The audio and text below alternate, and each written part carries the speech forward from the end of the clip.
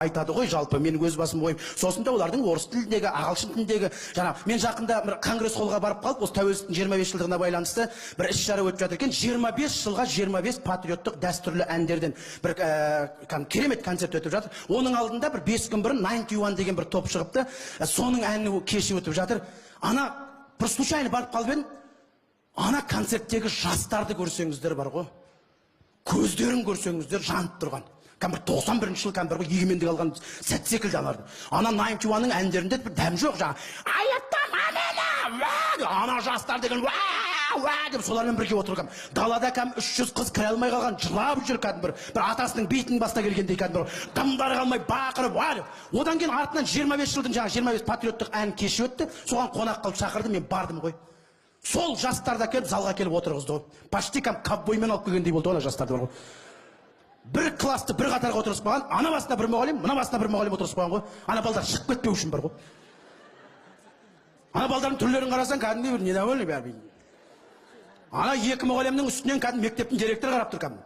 Мектептің директоры үшін департаменттің бастығы қарап тұр кәдімгі. Біздің ана патриоттық әндерге деген жастардың қалай ұстап отырмыз деймін де кәдімгі. Өйткені андай ninеty сияқтылардың әндерін тыңдайды, патриоттық әндерге келген кезде қазір шыны керек бір тәуелсіздің жастары дейміз ғой, бірақ бір жағынан айтатындай орны бар. Бір қазақи патриоттық әндерге кішкене бір жан бойтады. Мен қазір оның барлығы балалық кезден басталу керек.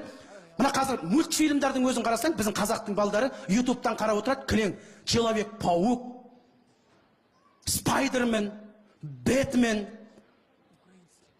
Ninja черепашка деген. Ана қарап тұрсаң, американстардың шығарып қойғандар ғой. Батыр еместерін батыр қылып қойған ғой.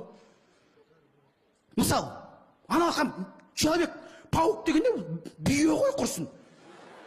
Ойлап қарасаң, мысалы, қазір Человек-муравей деген шығып жатыр ал. Сонда Америкада қарап тұрсаң, болмайтын затты батыр қылып қойғанда. Біздің батырларымыз қайдан Қабанбай болам, мен Бөгенбай болам деп отырған балдарды естімейсің. Бізде бірақ мультфильм бар, алдар көсе деген.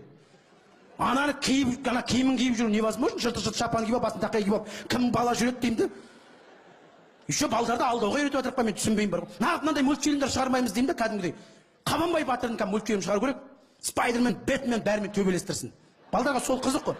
Кәдімгідей Спайдермен ұстап алып, былай лақтырсын, жаңағы Бэтменді екіге бөлсін. Человек-пауктың өзін торына өзін ұрап тастасын, сосын балдар айтады, мен қабанбаймын деп жүреді. Қазір үйтпесе балдарды таң қалдыра алмайсың. Немесе бүгінгінің батыры міне Данияр елеусініп отыр. Даниярды батыр екен білеміз, бәрі Даниярдай болғысы келеді. Бірақ соны мультфильм түрін шығарсаң кәдімгі. Данияр рингке шықсын бүкілімен әрқайсысымен. Терминатор керек пе, анау человек роботтар керек пе, барлығын шетінен